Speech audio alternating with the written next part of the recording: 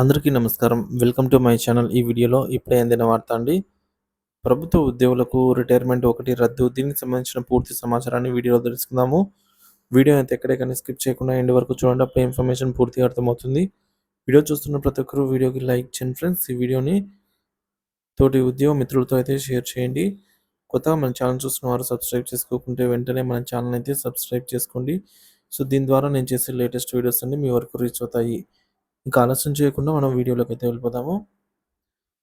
Friends, ఇక విషయానికి వచ్చినట్లయితే మనం చూసుకోవచ్చు. ప్రభుత్వ ఉద్యోగులకు సంబంధించి రిటైర్మెంట్‌పై మంత్రి ఒక ప్రకటన అయితే చేయడం జరిగిందండి. పదవీ విరమణ వయసును 60-61కి పెంచుతూ ప్రభుత్వం నిర్ణయం తీసుకుంది. దీనికి సంబంధించి అధికారిక ఉత్తర్వులు అయితే రావడం జరిగింది. కొంతమంది ప్రభుత్వ ఉద్యోగులకు 62 ఏళ్ల వరకు రిటైర్మెంట్ ఉంది. కానీ కొంతమంది ఉద్యోగులకు 60-61 ఏళ్లకు వయసుకు పెంచడం జరిగింది. రిటైర్మెంట్‌కు సంబంధించి వీరికి ఒక సంవత్సరం అయితే రద్దు కావడం జరిగిందనమాట. ఎవరికైతే ఒక సంవత్సరం ఎక్స్‌ట్రా ఉందో.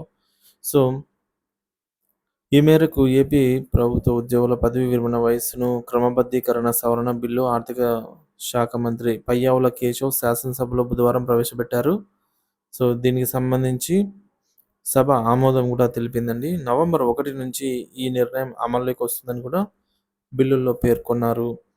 2024 నవంబర్ నుంచి 2026 మార్చి వరకు కూడా పదవీ విరమణ చేయబోతున్నటువంటి 13 మంది అధికారులకు దీని ద్వారా ప్రయోజనం లభించనుంది. 5 ఏళ్లలో అయితే 5 ఏళ్లలో 20 లక్షల మందికి ఉద్యోగాలు ఇచ్చే ప్రణాళికాబద్ధంగా ముందుకు వెళ్తున్నామని నారా లోకేష్ తెలిపారండి.